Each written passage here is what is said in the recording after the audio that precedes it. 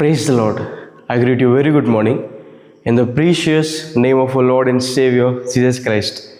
మన ప్రభువును రక్షకుడైన యేసుక్రీస్తు నామంలో మీ అందరికీ శుభాలు తెలియజేస్తున్నాను. ఎలా ఉన్నారు? మీరంతా బాగున్నారా? మీకోసం ఎల్లప్పుడూ ప్రార్థన చేస్తున్నాను. మీకు ఏ ప్రార్థన అవసరతలు ఉన్నా మాకు తెలియపరచండి. బైబిల్ సెలవిస్తుంది దేవుడు కృపా సంపన్నుడని, ఆయన కృపా సమృద్ధి కలిగిన వాడని. ఎవరైతే దేవుని దగ్గరికి వస్తారో దేవుడు వారి యందు కృప చూపిస్తాడని. దేవుని కృప ఎలాంటిది? ఆయన కృప ఎత్తైనది. ఆయన కృప మనల్ని విడిచిపెట్టింది. ఆయన కృప ప్రతి పరిస్థితుల్లో చాలింది. కాబట్టి దేవుడు మన యందు జాలి పడతాడు. కాబట్టి దేవుడు మన యందు కృప చూపిస్తాడు. కాబట్టి ఆయన దగ్గరికి మనం ధైర్యంగా వచ్చినప్పుడు మనం విశేషమైన ఆశీర్వాదం పొందుకుంటామని. హల్లెలూయా. ప్రతిరోజు కూడా బైబిల్ గ్రంథంలోంచి ఒక వాగ్దానాన్ని ధ్యానం చేస్తున్నాం కదా. ఈరోజు కూడా ఒక వాగ్దానం ధ్యానం చేద్దాం. చూడండి, బైబిల్ చిన్న వాళ్ళంతా ఓపెన్ చేయండి.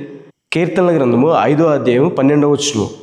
నీ నామమును ప్రేమించువారు నిన్ను గూర్చి ఉల్లసింతరు. హల్లెలూయా. దేవుడు మనల్ని ప్రేమించారని, ఆయన మనల్ని ప్రేమించారని మాటల్లో చెప్పడం మాత్రమే కాదు, దేవుడు తన ప్రేమను క్రియల్లో చూపించారని. ఈ లోకానికి దిగి రావడం ద్వారా, వచ్చి మన కొరకు అవమానాలు గుండా, శిలువ మరణం గుండా వెళ్ళడం ద్వారా, మన కొరకు తన ప్రాణాన్ని పెట్టడం ద్వారా దేవుడు తన ప్రేమను వెల్లడిపరిచారని, చూపించారని క్రియల్లో. దేవుడు మనల్ని ప్రేమించారు కాబట్టి మనం దేవుణ్ణి తిరిగి ప్రేమించబద్దులమై ఉన్నామని. దేవుణ్ణి ఎవరైతే తిరిగి ప్రేమిస్తారో దేవుడు వారిని ఉల్లసింపచేస్తాడని. ఉల్లసింప చేయడం అంటే అర్థం ఏంటంటే అధికంగా ఆనందింప చేయడం, అధిక సంతోషం కలగచేయడం. ఈ లోకంలో ఎక్కడా కూడా మనకి నిజమైన సంతోషం, నిజమైన ఆనందం దొరకదు. దేవుని దగ్గర మాత్రమే, ఆయన నామంలో మాత్రమే మనకు నిజమైన సంతోషం, సమాధానం, ఆనందం, ఆదరణ దొరుకుతుంది. యాత్రికుని ప్రయాణంలో జాన్ బన్యన్ గారు ఒక విషయం రాశారు. ఒక యాత్రికుడు నాశనపురం నుండి మోక్షరాజ్యం వరకు తన ప్రయాణాన్ని కొనసాగిస్తూ ఉంటాడు. ఆ సమయంలో ఒక యవనస్తుడిని చూస్తాడు. యవనస్తుడు చెత్తలో ఏదో ఎరుకున్నట్టు కనబడతాడు. ఈ పెద్దయిన యాత్రికుడు అడిగాడు, బాబు నువ్వు ఏం వెతుకుతున్నావు అంటే, సార్ నేను చెత్తలో బంగారాన్ని, వెండిని, విలువైన వాటిని వెతుకుతున్నాను అని చెప్పాడు. ఆ సందర్భంలో యాత్రికుడు చెప్పారు, బాబు విలువైనవి ఏవి కూడా నీకు చెత్తలో దొరకు, దాన్ని విడిచిపెట్టేసి ముందుకు రమ్మని చెప్పాడు. ఆ సమయంలో యవనస్తుడు అక్కడే వెతుకుతున్నాడు, చెత్త అంతా మీదేసుకుంటున్నాడు. ఇంకా యాత్రికుడు దాన్ని విడిచిపెట్టి ముందుకు వెళ్తే ఆ ముందు దేవుని దూత కనపడ్డారు. దేవుని దూత చేతిలో బంగారు పల్లో బంగారు కిరీటం ఉంది.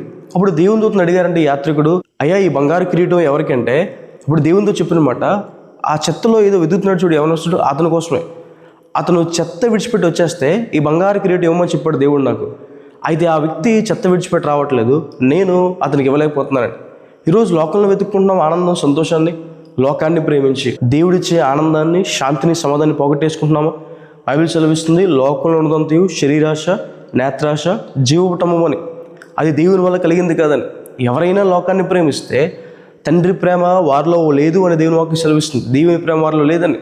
అయితే నువ్వు దేవుణ్ణి ప్రేమించగలిగితే, నీకోసం ప్రాణం పెట్టిన దేవుణ్ణి, నేను సృజించిన దేవుణ్ణి, నీకోసం సమస్తము సమకూడి జరిగిస్తున్న దేవుణ్ణి, ఆ దేవుని నువ్వు ప్రేమించగలిగితే, ఆ దేవుని నామాన్ని ప్రేమించగలిగితే, శక్తి కలిగిన యేసునామం, ఆ నామంలోనే మనకు రక్షణ ఉందని, ఆ నామంలోనే మనకి స్వస్థత ఉందని, ఆ నామంలోనే దురాత్మలపై అధికారం ఉందని, ఆ నామం అన్ని నామాల కన్నా పైన ఉందని, ఆ గొప్ప దేవుని నువ్వు ప్రేమించగలిగితే దేవుడు నిన్ను ఉల్లసింపచేస్తాడని. అధికమైన సంతోషాన్ని, అధికమైన ఆనందాన్ని, సమాధానాన్ని, ఆదరణని మీ జీవితంలో కలగజేస్తారని. దేవుడు ఎలా ఉల్లసింపచేస్తారు? నిన్ను గూర్చి ఉల్లసిస్తారని రాయబడింది కదా. ఎలా ఉల్లసింపచేస్తారు? దేవుడు తన రక్షణ ద్వారా మనం ఉల్లసింపచేస్తారని. రక్షణ అంటే అర్థం ఏంటంటే పాప శిక్షను తప్పించబడడం, మోక్షరాజ్యాన్ని సంపాదించుకోవడం. ప్రతి ఒక్కరికి కూడా పాపం నుంచి బయటికి రావాలని ఆశ ఉంటుంది. అయితే క్రీస్తు ప్రభువు మాత్రమే మార్గమై ఉన్నాడని. ఎందుకు? ఆయన మాత్రమే మన పాపాలకు క్షమించగలడంటే ఆయన మాత్రమే పరిశుద్ధమైన దేవుడు కాబట్టి, ఆయన చిందించిన రక్తం ద్వారా మాత్రమే మనిషికి పాపక్షమాపణ వస్తుందని.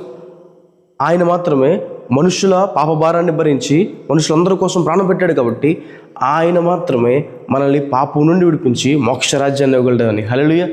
పరలోక రాజ్యం అనగా దేవుడు ఉండే స్థలము. ఆ చోటికి దేవుడు మనల్ని తీసుకువెళ్తాడు అని. హల్లెలూయా. అలాగే దేవుడు తన కార్యాల ద్వారా మనం ఉల్లసింపచేస్తాడని. పడిపోయిన జీవితాన్ని తిరిగి నిలబెట్టడం ద్వారా, పాడైపోయిన జీవితాన్ని తిరిగి కట్టడం ద్వారా, అనారోగ్యంతో ఉన్నవారిని ముట్టి స్వస్థపరచడం ద్వారా, అప్పుల బాధలో ఉన్నవారిని లేవనెత్తడం ద్వారా, ఉన్నతమైన స్థానాల్లో వారు కూర్చోబెట్టడం ద్వారా, అనేక మందికి దీవెనకరంగా, ఆశీర్వాదకరంగా వారిని ఉంచడం ద్వారా, తృణీకరించబడిన వారిని అనేక మందికి సహాయకులుగా ఉంచడం ద్వారా. బైబిల్ సెలవిస్తుంది, అరణ్యంలాగా ఎండిపోయిన జీవితాన్ని ఫలభరితమైన జీవితాల కింద చేయడం ద్వారా దేవుడు తన కార్యాలు బట్టి మళ్ళీ ఉల్లసింప చేస్తాడు అని. హల్లెలూయా. కోల్పోయిందంతా తిరిగి రెండింతలుగా దేవుడు ఇవ్వడం ద్వారా, క్షామానికి దేవుడు లేవనెత్తడం ద్వారా ఆయన మనల్ని ఉల్లసింప చేస్తాడని. మనము దేవుణ్ణి ప్రేమిస్తే దేవుడు మనల్ని ఉల్లసింప చేస్తాడని. హల్లెలూయా. ఆయన సన్నిధిలో దేవుడు మనల్ని ఉల్లసింప చేస్తాడని. దేవుని సన్నిధి, దేవుని మందిరం, మనకి ఆదరణ, సంతోషం దేవుని సన్నిధిలోనే దొరుకుతుందని.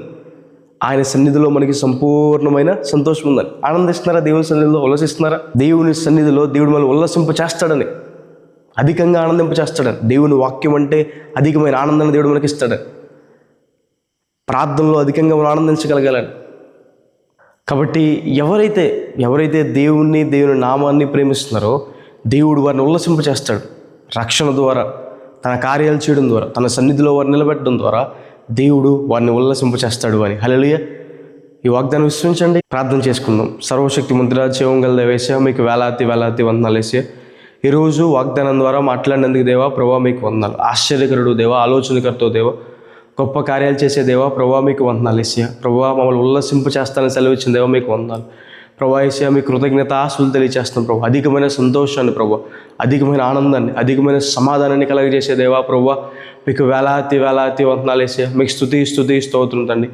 ప్రియులు ప్రభా, ఎంతమంది అయితే ఈ వాగ్దానం వీక్షిస్తున్నారో ప్రభా, వారి జీవితంలో మీరు చేయండి. మీ సహాయాన్ని సహకారం అందించండి. దుఃఖంతో ఉన్నవారిని ప్రభా సంతోషం దయచేయండి. వారికి అన్నిటిని తొడవండి అయ్యా ప్రభా. సమాధానం, ఆదరణ, సంతోషం వారికి దయచేయండి దేవా. బ్రతిమాలుకుంటాను వేసే. రక్షణ లేని వారికి రక్షణ దయచేయండి అయ్యా ప్రభా. మీ కార్యాల కోసం ఎదురు చూసే వారి పట్ల మీ కార్యాలు నెరవేర్చుకున్న దేవా బ్రతిమాలుకుంటున్నాం వేసే. మీ సన్నిధిలో ఉండే భాగ్యాన్ని ప్రభా వారికి దయచేయమని దేవా బ్రతిమాలుకుంటాను వేసే. మీ సన్నిధిలో ఉండే ఆశీర్వాదాలు వారికి దయచేయమని ప్రభా బ్రతిమాలుకుంటాను వేసే.